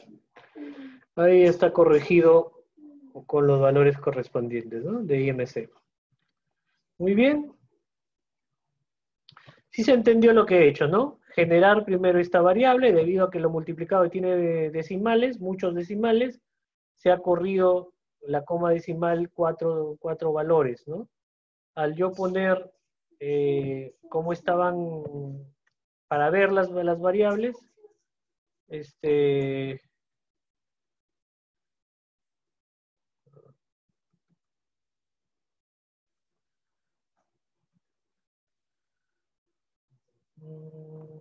ahí yo me di cuenta de que se me había corrido 4 decimales, entonces para poder corregirlas debería multiplicar el valor por 10.000 para poder correr la coma decimal hasta acá, ¿no es cierto? Entonces aquí lo generé como nuevos nombres, IMCK2 y IMC2, multiplicado por 10.000 y ya tengo las variables corregidas por el valor del índice de masa corporal. Doctor, una pregunta. Ahí Sí. simplemente no se le podría dar en edit y modificar toda la base de datos para no hacer todos los comandos, ¿o no se puede? Edit, ¿cómo edit? A ver, ¿cómo edit y entrarías a modificar las variables, estas variables? Ajá, solo las variables de IMC, o sea, se podría hacer para que solo corren los 4 ceros en vez de crear de nuevo otras variables. El problema es que tendrías que corregir valor por valor. Ah, ya, justo eso quería saber si se podía hacer, o sea, como en Excel, por ejemplo, que se corre No, y, no, no, no, no, ni ya. hablar. Listo, No es doctor, como el gracias. Excel. Buena pregunta. No es como el Excel. Tienes que corregirlas desde el comando y es más fácil, es más rápido. Porque te enfrentarías a cambiar 1200 valores y eso es una pesadilla. Listo, doctor, Claro, gracias. claro. Entonces, muy bien. Ya tenemos IMC, IMC-CAT 2. Vamos a ver.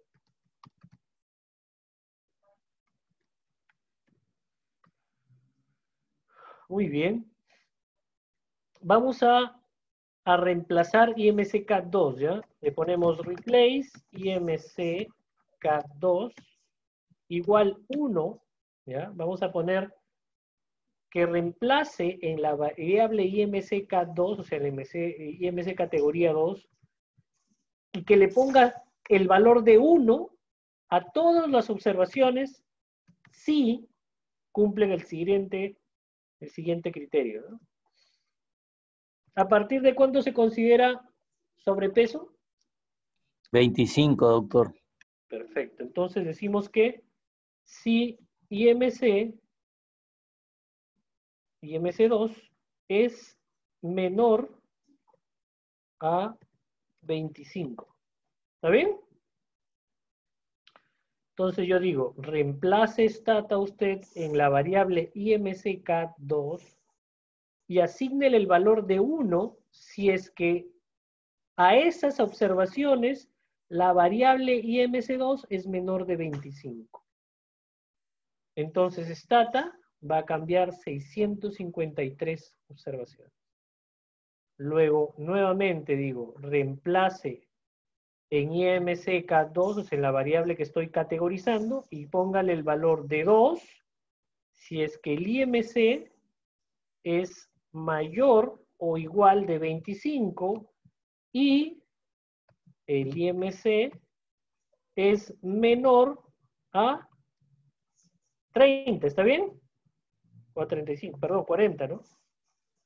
Perdón. 30 es obesidad, ¿verdad? Sí, tipo 1. Perfecto. A partir de obesidad nomás, para no estresarnos. O si gustan, podemos categorizar más, ¿eh? Vamos a ver, vamos a darle hasta obesidad tipo 1 y luego obesidad mórbida, que es a partir de 40, ¿verdad? Sí, doctor. Listo. Entonces, luego ponemos categoría 3, aunque van a ser pocos. 1200. No, mejor vamos a ponerle nada más mayor o igual a 30. Listo. Y estos son los obesos, ¿no es cierto? Categoría 3. ¿Listo? 135. Entonces, yo pongo tab cat IMC-CAT2 y tengo mi variable categorizada por peso normal, sobrepeso y obesidad. Las etiqueto.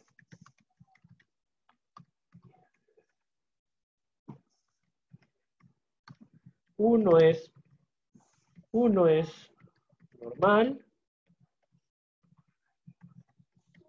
el otro es sobrepeso y el tercero es obesidad. Listo. Este es cuando defino la categoría, la etiqueta de las variables, ¿no es cierto? Le doy Enter, le doy que le asigne el valor, la label value.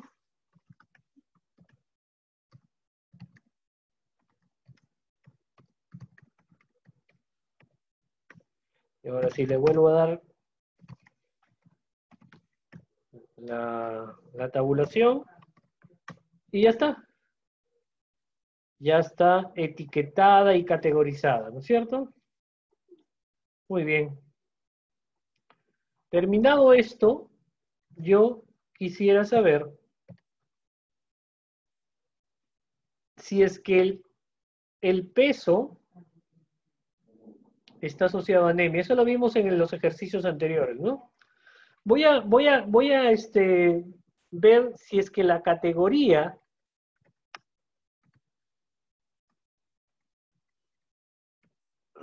está asociado a anemia? Vamos a... ANEM, perdón, es la variable. Perdón. Ahí.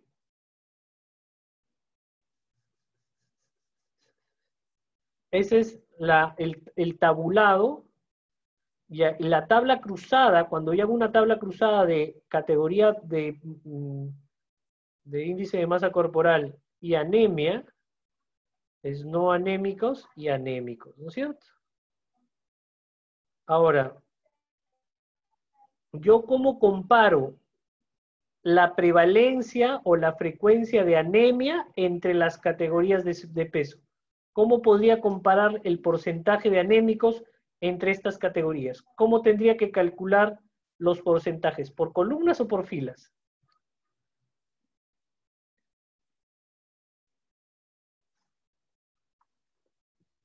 ¿Por filas? Exacto, muy bien. Le doy coma de opción y le pongo row de filas. Y vean, 25%, 24% y 19%. O sea, las obesas son menos anémicas aparentemente, ¿no? Yo puedo calcular, además, ¿cómo calcularía la prueba estadística ahí? ¿Qué tendría que agregar?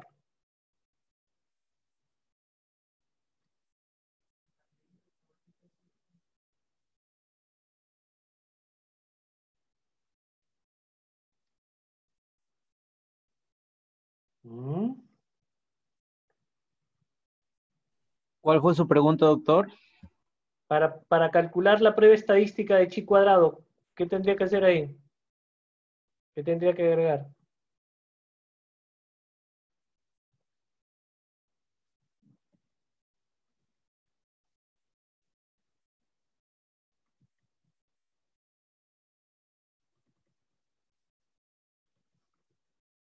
¿Alguien ha escrito en el chat?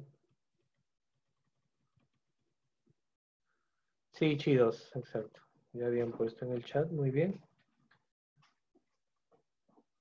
Tendría que poner esto nada más. Y naranjas, ¿no es cierto?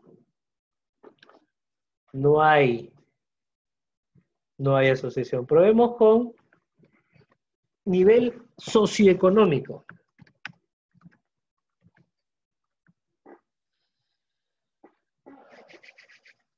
Nivel socioeconómico tiene 5 monstruosas categorías, ¿no es cierto?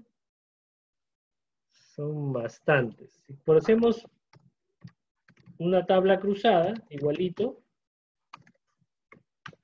Mire. Los más pobres, 29%, 29%, 18%, 20% y 18%. Y hay un p-valor de... Acá sí hay asociación. Pero para hacerla más bonita, vamos a juntar los pobres y los super pobres. Los de en medio los vamos a dejar igual. Y los ricos y muy ricos los vamos a juntar en una sola categoría. Vamos a hacer una variable de 3 categorías nada más, ¿ya?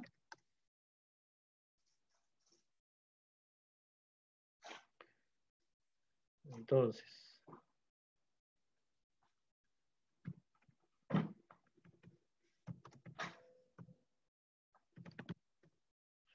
ya está como 1, 2, 3, 4 y 5, ¿no es cierto? Muy bien. Entonces, la forma más rápida de cambiar los números y juntarlos sería de la siguiente forma. Vamos a hacer que los 2 se conviertan en unos, los 3 en 2, los 4 y los 5 en 3. ¿De acuerdo? Esa se hace en una sola línea de comando usando el comando code. Vamos a recodificar la variable ni. Primero vamos a eliminar las etiquetas, label drop, nip.se. Perdón, es...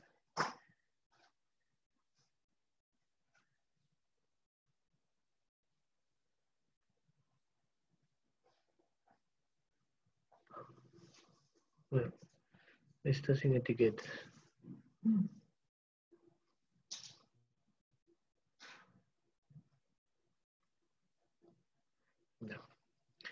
Entonces vamos a recodificar la variable nivel socioeconómico y vamos a pedirle que los 2 sean igual a 1, que el 3 sea igual a 2 y que 4 sea igual a 3 y el 5 sea igual a 3. Así. Y luego ponemos tab. Y vamos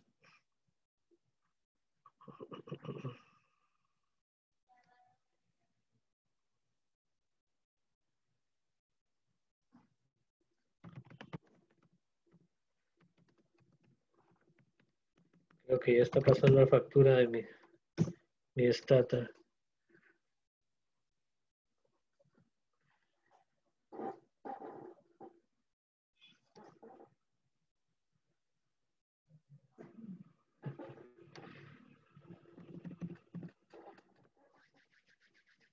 A ver. Y vamos a crear una nueva variable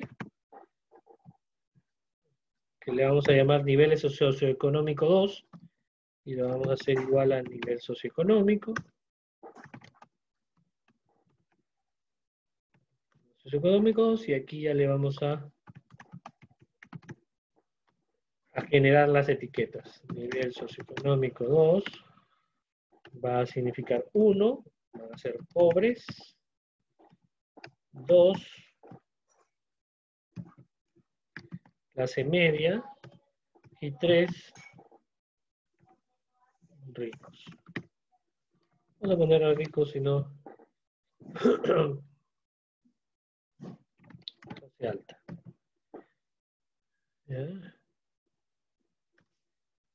Luego le asignamos los valores.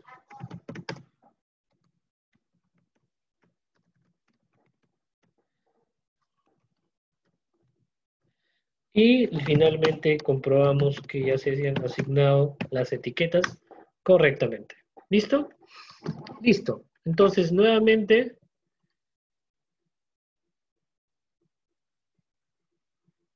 hacemos la tabla cruzada y vean ustedes. Acá hay una gran... Sí, Lisette, te escuchamos. ¿Levantó la mano Lisette? ¿Se arrepintió? Parece que sí. Muy bien, entonces, acá sí hay una gran proporción de anemia, ¿no? De mayor proporción de anemia en los pobres. Muy bien. Ahora, ¿yo cómo calculo el exceso de riesgo acá? ¿Yo cómo calculo esa diferencia entre los pobres y el resto? ¿Cómo calculo yo eso? Ah.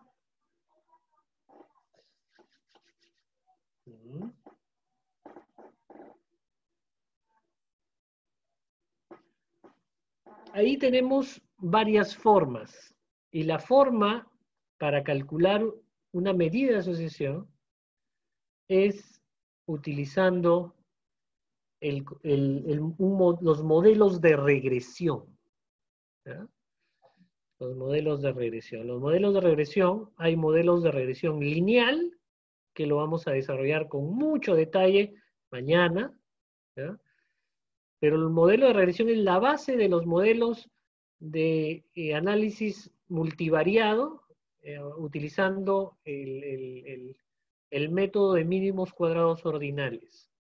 ¿Ya? El modelo de regresión lineal se utiliza cuando tu variable dependiente es numérica, continua. ¿Ya?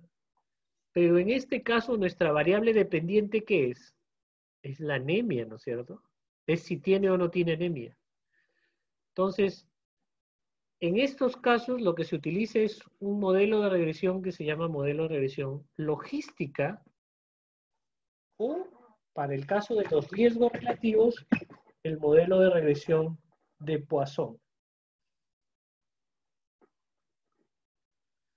Vamos a calcular el modelo, un modelo de análisis bivariado, solamente para estas dos variables, utilizando la regresión logística.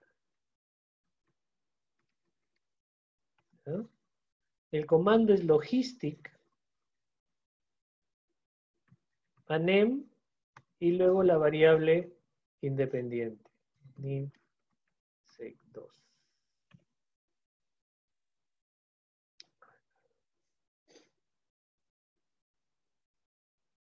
Perdón, es nifse nada más, perdón. Muy bien. Ya está. Y vean ustedes. Perdón.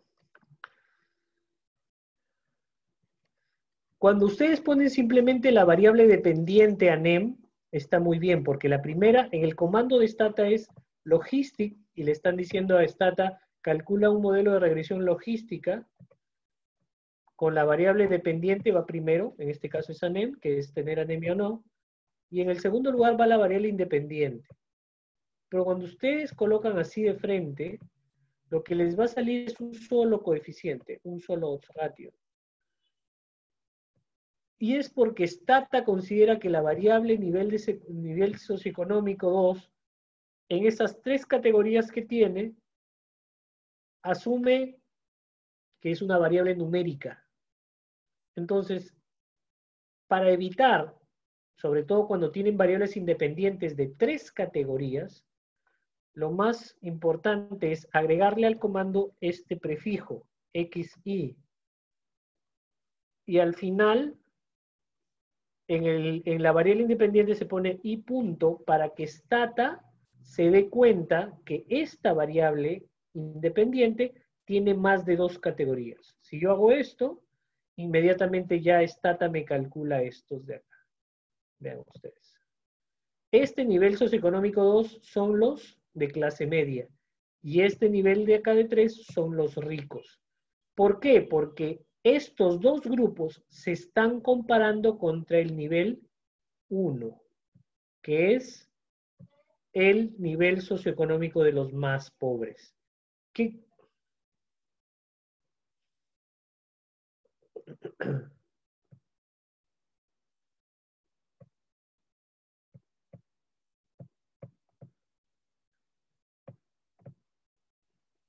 Vamos a ver.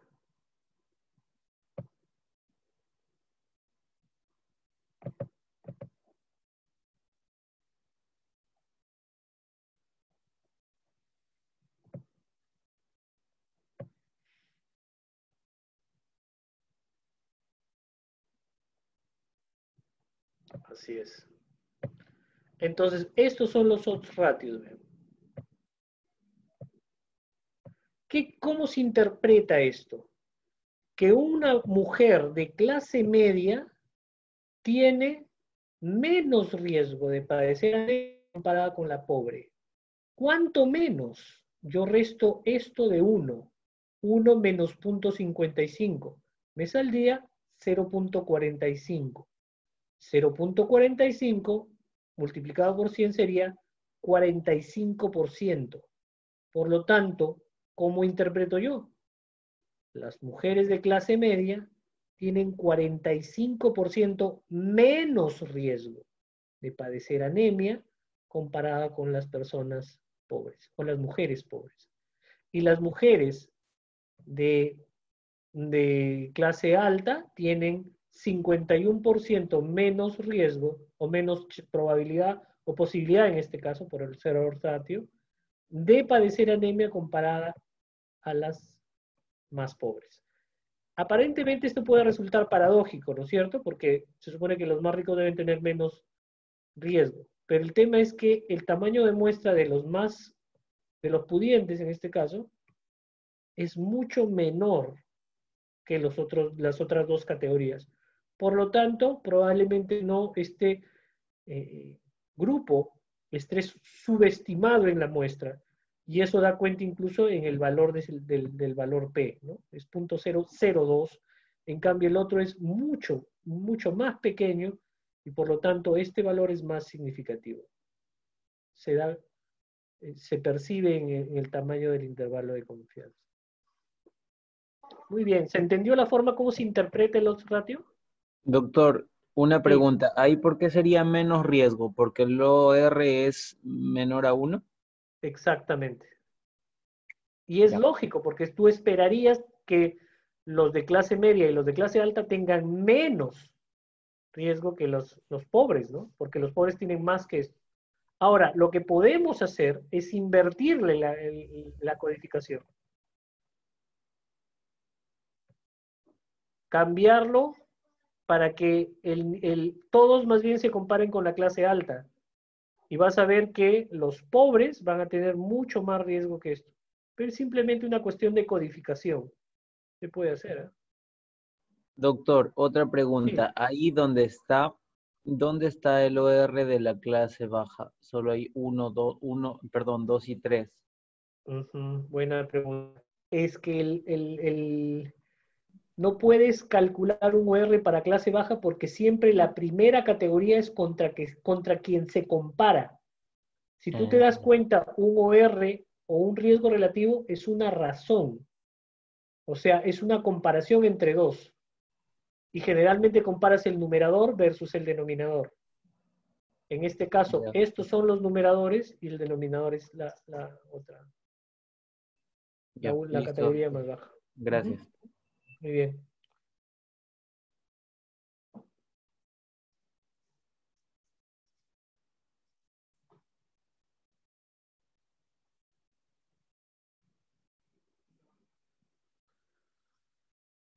Muy bien, ¿cómo vamos?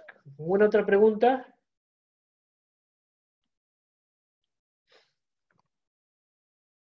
Miren, vamos a usar una dicotómica, ¿ya?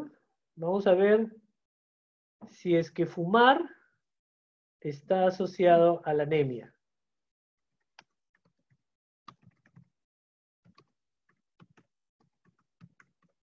Ay, perdón.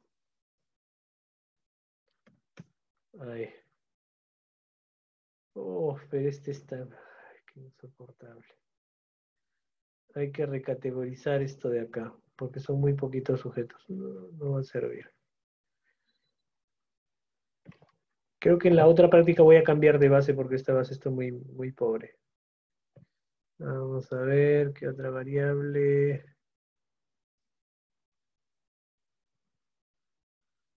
Peso. Miren, por decir, ¿no? Y la bondad que tienen los modelos de regresión es que no solamente permiten hacer comparaciones de independientes y dependientes categóricas, pueden comparar una variable numérica versus una dependiente categórica, por decir, ¿no? Yo puedo hacer regresión logística entre IMC, que es una variable numérica, no categorizada, sino numérica, y teniendo como dependiente anemia, ¿no? Miren.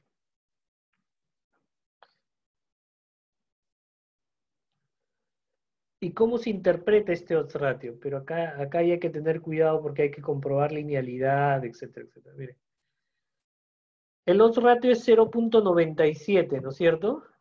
Este es no significativo, así que probablemente no hay asociación, pero imaginémonos que acá salga 0.043, ¿ya? Que sea marginalmente significativo. Ojo, no estoy diciendo que condición sine qua non para poder interpretarlo tiene que ser significativo. No, puede, teniendo en consideración el tamaño de muestra y una serie de características, se debería interpretar también los hallazgos negativos. Pero vean ustedes, este es el odds ratio.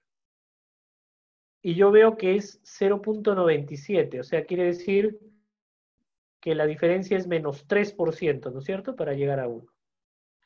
¿Y cómo se interpreta acá?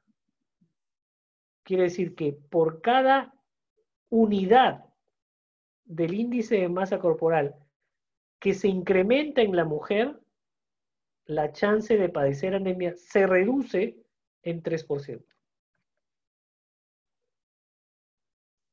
¿Se entiende? Por cada unidad de incremento en el índice de masa corporal en las mujeres estudiadas, el riesgo o la chance, en este caso por ser odds ratio, de padecer anemia se reduce, porque este es protector, se reduce en 3%. ¿Entienden? Entonces, un modelo de regresión no solamente permite hacer estas comparaciones, sino permite ajustar por más de una variable independiente.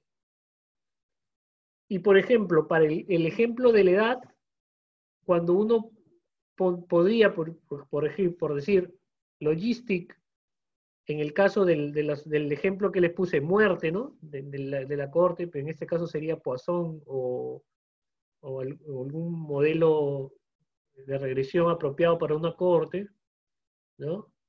Y se pondría el factor que sería fumar y además la edad. Al poner en un mismo modelo de regresión las dos variables, al momento de calcular, Stata ajusta el efecto de las dos variables y calcula la variable solamente independiente de interés.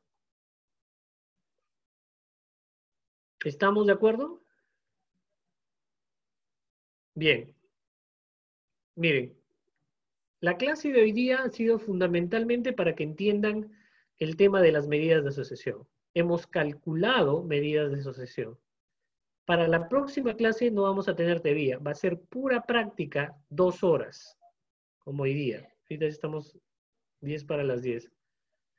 Pero vamos a empezar desde el inicio con los modelos estadísticos que vamos a ver, calculando medidas de asociación para potenciales estudios. Voy a traer 2 bases de datos diferentes que nos van a permitir dilucidar todos estos tipos de procedimientos. Y con eso yo creo que ustedes van a salir más que listos para poder aplicar los modelos, mejor dicho, para saber cómo se calculan los modelos. Pero ojo, debo advertirles algo, que calcular este tipo de medidas de asociación no solamente es ingresar datos y darle a Enter. También detrás de estos modelos hay supuestos teóricos que deben respetarse y hay que validar los modelos a medida que se van implementando. Por lo tanto, si bien este curso nos va a aproximar a ustedes en el conocimiento de cómo se utiliza el software, para hacer un uso adecuado y apropiado, es necesario que ustedes no solamente sean asesorados al momento de hacer estos análisis, sino también que vayan adquiriendo conocimientos en el trasfondo teórico de estos procedimientos estadísticos, para que hagan un uso adecuado de los mismos. ¿De acuerdo? Listo, doctor.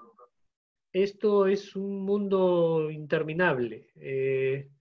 Cada vez aparecen más métodos que nos permiten hacer unos análisis espectaculares y sobre todo el poder computacional que vamos adquiriendo con el tiempo. La capacidad de los computadores ahora permiten hacer modelos cada vez más complejos. Ahora incluso hay el tema de inteligencia artificial, el machine learning, que incluso se viene utilizando de una manera creciente y espectacular en ciencias biomédicas y en salud pública. Hemos sido testigos de esto en la pandemia, modelos matemáticos que permiten cuantificar el comportamiento de la epidemia, el R sub 0, el R sub T, y la forma como se transmite una enfermedad, hasta incluso detectar cuánto puede afectar o cuánto puede ser útil un tratamiento en el éxito de una terapia.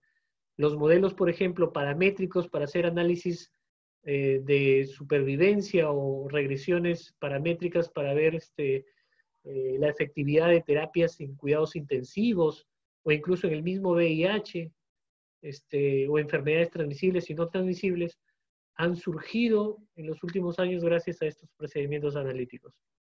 Y el hecho de que ustedes estén llevando estos cursos da cuenta de su interés por conocer un poco más sobre esto. Muy bien, dicho esto, los dejo de torturar por esta noche y nos vemos mañana para culminar con el último taller sobre estos métodos. Espero que les sea útil, no se estresen, porque los ejercicios para el final van a ser más sencillos, muy sencillos, donde ustedes pueden aplicar estos conceptos que hemos aprendido hoy día y los conceptos que vamos a ver mañana. ¿Alguna pregunta? Doctor, sí, Sí. las notas, ¿cuándo las va a subir? Yo espero que con lo que me han enviado hoy día ustedes las revisen en el transcurso de mañana o pasado. Ya, listo, doctor, muchas gracias. Muy bien. Doctor, una consulta. ¿Sí? Sí. Disculpe, con respecto a la parte teórica, su diapositiva Ajá. la va a pasar con él, ¿no? Si eso los hace felices, muchachos, les voy a pasar al delegado, no se estresen. Gracias, doctor. Muy bien. ¿Alguna pregunta más? Doctor, no se olvide revisar su correo. Ya le enviamos. Ya. Maestro. ¿Cómo se supone que voy a revisar sus notas si tengo que revisar sus correos? No se preocupe.